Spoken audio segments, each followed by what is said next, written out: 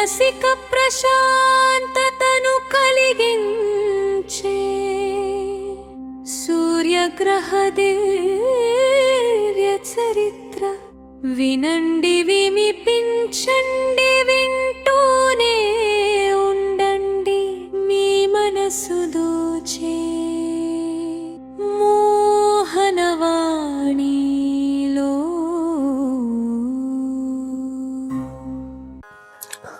ఓం శ్రీ గణేశాయ నమః. శ్రీమాత్రే నమః. శివాయ గురవే నమః. శ్రీకృష్ణ పరబ్రహ్మణే నమః. శ్రీరామాయ నమః. శ్రీ గురుభ్యో నమః. నారాయణం నమస్కృత్య నరం చైవ నరోత్తమం దేవీం సరస్వతీం వ్యాసం తతో జయముదీరయేత్. జపాకుసుమ సంకాశం కాశ్యపేయం మహాద్యుతిం తమోరిం సర్వపాపఘ్నం ప్రణతోస్మి దివాకరం. ప్రియ భగవద్బంధువులారా, గత 3 రోజులుగా సూర్యభగవానుడి యొక్క జనన గాథని మన మోహనవాణి ఛానల్ ద్వారా చెప్పుకునే అదృష్టానికి నోచుకున్నాం.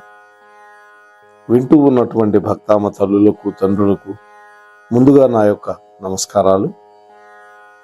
ఈ రోజున 4వ భాగంలోకి ప్రవేశిస్తున్నాం.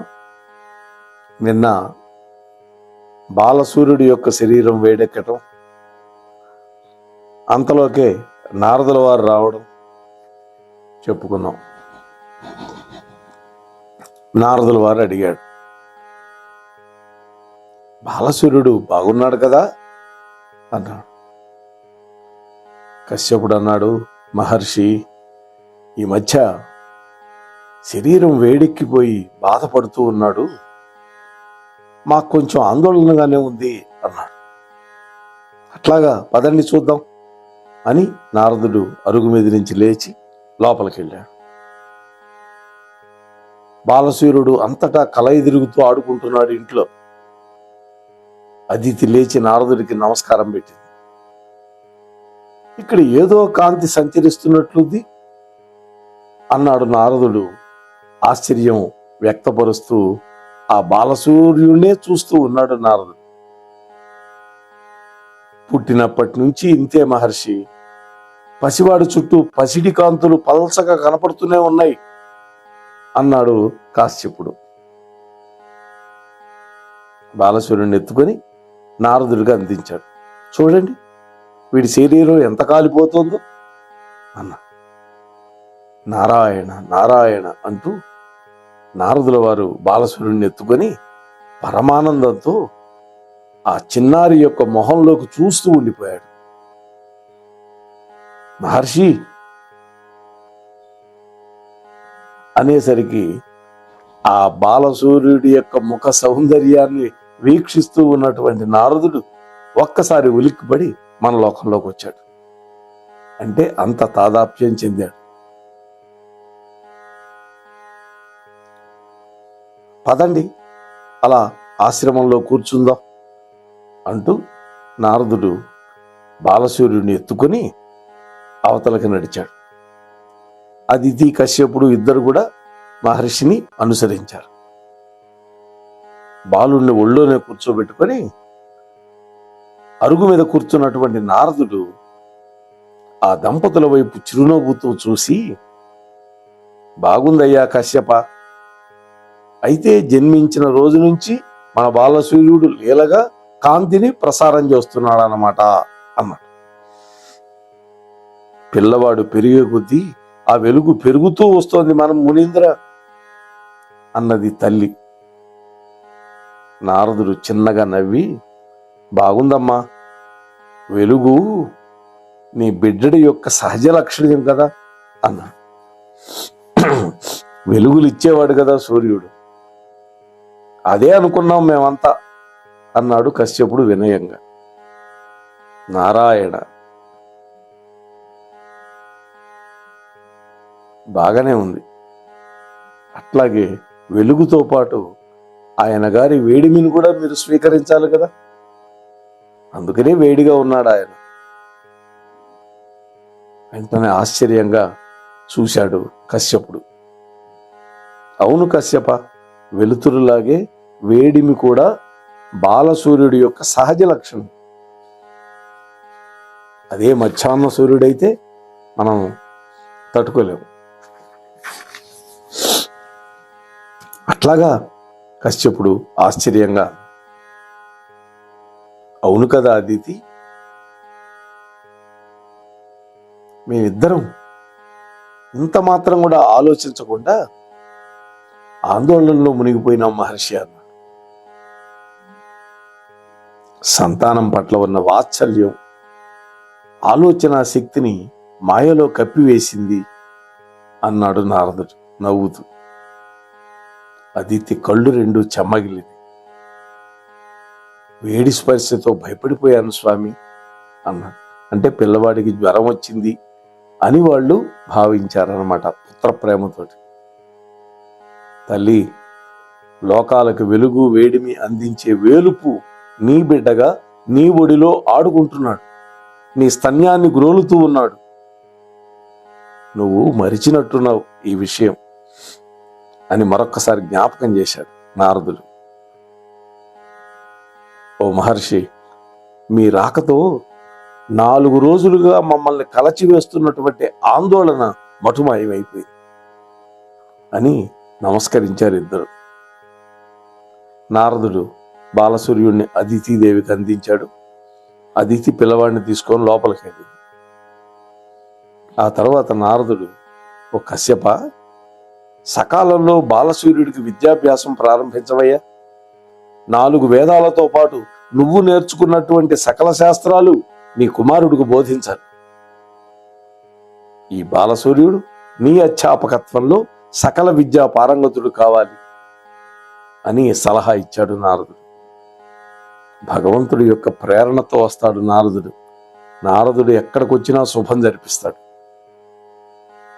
ఈ మాట విని అలాగే మహర్షి అన్నాడు వినయంగా కశ్యపుడు.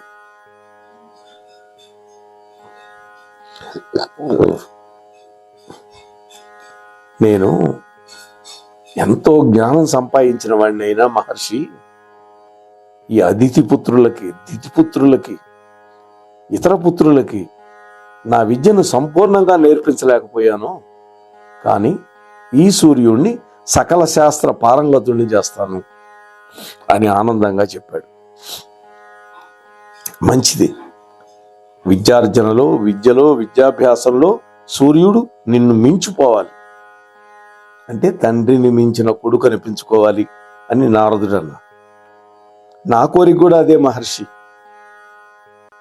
కొడుకు తండ్రిని మించినవాడుగా ఎదగాలి అన్నటువంటి ఆశ ఏ తండ్రిలోనైనా సహజంగా ఉంటుంది కదా మునీంద్ర. అవును, అది పితృ సహజమైనటువంటి ఆశే అన్నాడు నారదుడు. మమ్మల్ని వదిలిపెట్టి వెళ్ళిపోయి దేవ రాక్షస సామ్రాజ్యాలు స్థాపించుకున్నటువంటి నా కొడుకులు, వాళ్ల విషయంలో కన్న తండ్రిగా నా కర్తవ్యాన్ని నిర్వర్తించలేకపోయాను, బాధపడుతూ ఉన్నాడు.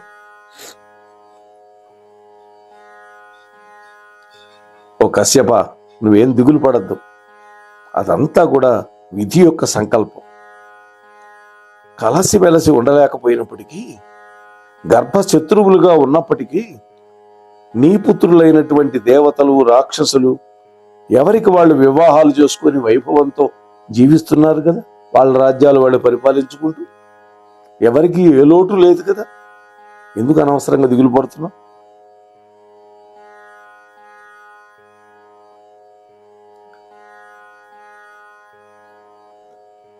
సరే, వాళ్ళిద్దరు ఆ విధంగా మాట్లాడుకుంటున్నారు.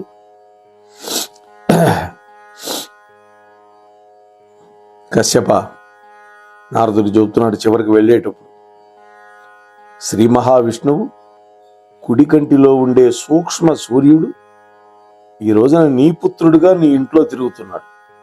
నీ భార్య గర్భాన జన్మించి తల్లిదండ్రులకి నిత్య సంతోషం కలిగించేటటువంటి కుమార సూర్యుడి యొక్క ఆలనలో పాలనలో నిమగ్నుడవై ఆనందం అనుభవించు. 1000 మంది అయోగ్యులకు విద్య నేర్పడం కంటే ఒకే ఒక్క యోగ్యుడికి విద్యాభ్యాసం చేయడం గొప్పది అన్నాడు. ఎందుకంటే నీకు పుట్టినటువంటి కొడుకులలో చాలా మంది అయోగ్యులు, వాళ్ళకి విద్య నేర్పలేదని నువ్వు బాధపడుతున్నావు. వద్దు, యోగ్యుడైనటువంటి ఈ సూర్యుడికి నీ దగ్గర ఉన్న విద్య అంతా అందించు, నువ్వు ధన్యుడు అవుతావు. సకల విద్యా పారంగతుడి చెయ్యి.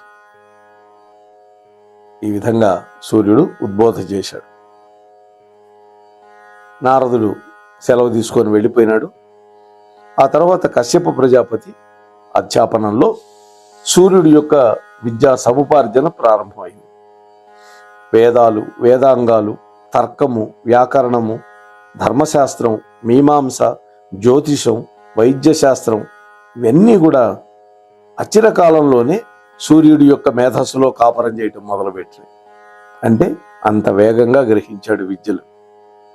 ఆ తర్వాత ఈ మహానుభావుడే మన ఆంజనేయ స్వామికి కూడా గురువు అయినాడు. నవవ్యాకరణ పండితుణ్ణి చేశాడు. చతుర్వేదాలు నేర్పాడు స్వామి. విద్యాబలంతో సహజమైనటువంటి కాంతివంతమైనటువంటి సూర్యుడి యొక్క ముఖమండలంలో నూతనమైనటువంటి ఒక వర్చస్సు తాండవం చేస్తూ ఉంది. విద్య ఎప్పుడైతే మనిషి గ్రహిస్తాడో, సద్విద్య, వేద విద్య, వాడి యొక్క శరీరంలో కాంతి ఒకటి వస్తుంది, ఆకర్షణ ఒకటి వస్తుంది. ఎవడైనా వాడి మాట వినేటట్టుగా తత్వం తయారవుతుంది. సకల చరాచర ప్రాణుల పట్ల బాల్యం నుంచే సూర్యుడు ప్రకటించేటటువంటి సమతా భావన అందరినీ ఆశ్చర్యపరుస్తుంది. అటువంటి సూర్యుడు విద్యను, వినయాన్ని రెండింటినీ పుణికి పుచ్చుకున్నాడు. బాల్యావస్థ దాటాడు, మెల్లగా యవ్వనంలోకి అడుగుపెట్టాడు. అద్భుత శరీర కాంతి, శరీర సౌష్ఠవం, నిలువెత్తు విగ్రహం, అందమైనటువంటి ముఖంలో చెరగనటువంటి చిరునవ్వు, సౌందర్యానికి పరాకాష్ఠలాగా ఉన్నాడు సూర్యుడు. అదితి ఆశ్రమం ముందు అరుగు మీద కూర్చొని ఉంది. ఒకరోజు సమితలు, పువ్వులు సేకరించుకొని కశ్యపుల వారు అడవి నుంచి వచ్చాడు. పువ్వుల్ని అదితి ముందున్నటువంటి దర్భతో అల్లినటువంటి చాప మీద ఒక కుప్పగా పోశాడు. అందమైనటువంటి తామర మొగ్గలు ప్రత్యేకంగా కనువిందు చేస్తున్నాయి ఆయన తెచ్చినటువంటి పూలల్లో. అదే సమయంలో సూర్యుడు వచ్చాడు అక్కడికి. తల్లిదండ్రుల వైపు చిరునవ్వులు చిందిస్తూ చూశాడు. అదితి తన కొడుకుని రెప్పవాల్చకుండా చూస్తోంది ప్రేమగా. భర్తతో అంటోంది, నాథ, నా కొడుకును చూశారా? యవ్వనం మన పిల్లవాడి యొక్క అందాన్ని వెయ్యింతలు చేసింది కదా అని మాతృ సహజమైనటువంటి ఒకానొక గర్వం లీలగా ధ్వనిస్తోంది అదితి యొక్క కంఠస్వరం. వెంటనే ఆయనకి సంతోషం కదా, తండ్రికి కూడా. నీ పుత్రుడు సౌందర్యం దైవిక సౌందర్యం అదితి అన్నారు. అప్పుడప్పుడు అంటుంటాం మనం కూడా, నీ కొడుకు ఇలాంటి పని చేశాడు, నీ కొడుకు అలాంటి పని చేశాడు అని భర్త భార్యను అంటుంటాడు. అంటే తన కొడుకు కాదా అని సహజంగా అంటుంటారు. ఏదైనా చెడ్డ పని చేస్తే ఒత్తిడిగా మాట్లాడటానికి నీ కొడుకు అని వాడతారు. వెంటనే అవన్నది, నాథ, నా బిడ్డ యొక్క ఈ దివ్య సౌందర్యం ఏ అదృష్టవంతురాలికి మహాభాగ్యం అవుతుందో అంటే ఆలోచిస్తోంది కోడల గురించి. సౌందర్యంలో సరితూగే యువతిని మనం వెతకాలి మన పిల్లవాడి కోసం అన్నాడు కశ్యపుడు.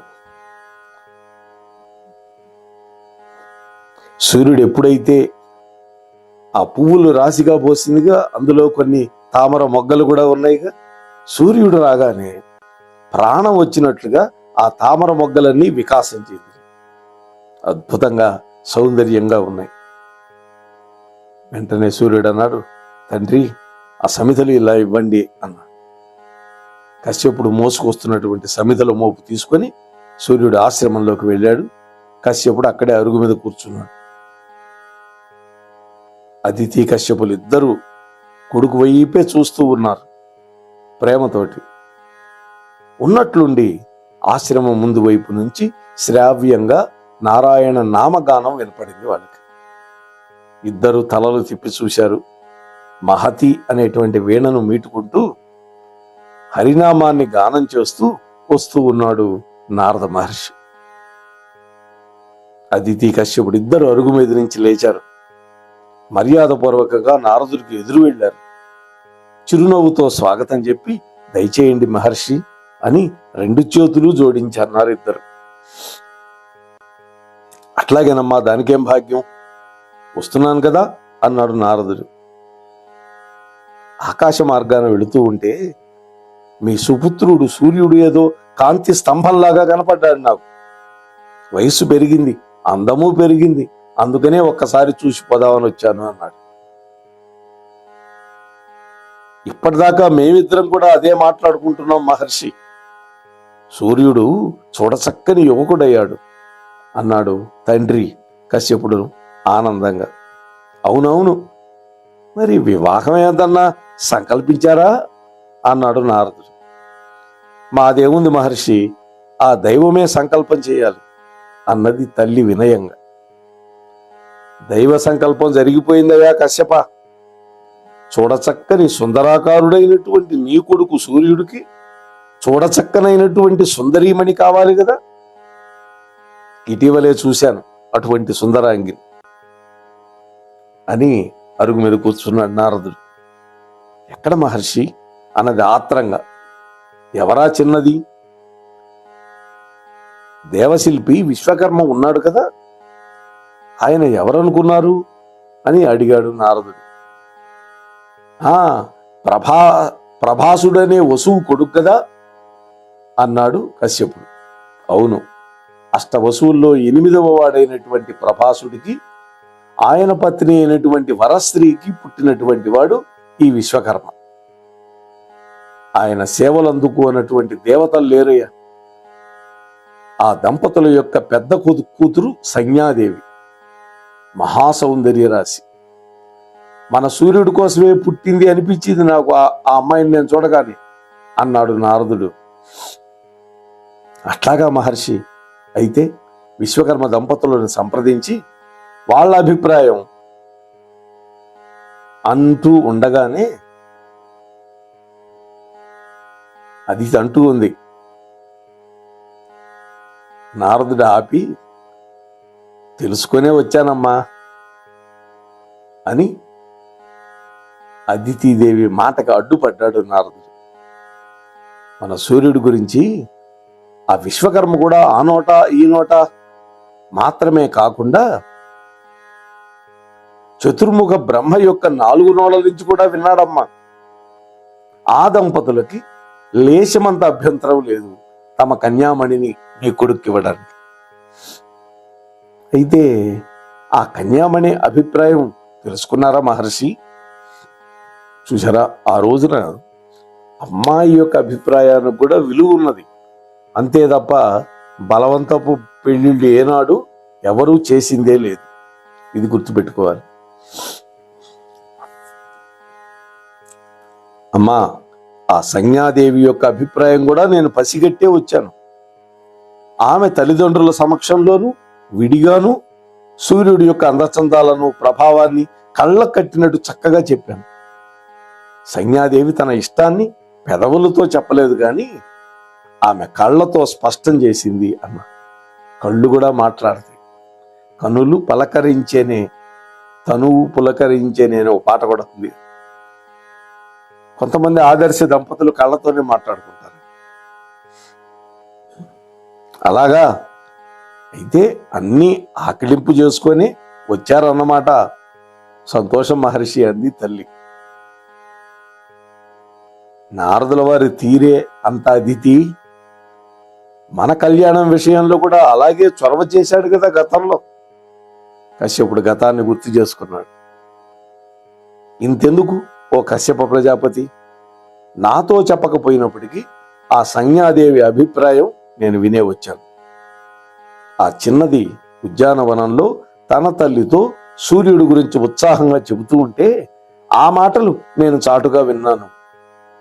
అందువల్ల ఆమె మనోగతం నాకు బాగా అర్థమైంది అన్నాడు నారద మహర్షి. అయితే ఇంకేముంది, ఆ కన్యామణి అందచందాల గురించి గుణగణాల గురించి మా అబ్బాయికి మీరే చెప్పండి. ఆ తరువాత విశ్వకర్మ దంపతులతో సంప్రదించి పెళ్లి జరిపిద్దాం అన్నాడు కశ్యపుడు. సంజ్ఞాదేవి గురించి మన సూర్యుడికి తెలియపరచడానికే ప్రత్యేకంగా నేను వచ్చాను. ఆ కార్యం సానుకూలం చేసి ఆ తరువాత నేను విశ్వకర్మతో మాట్లాడతాను.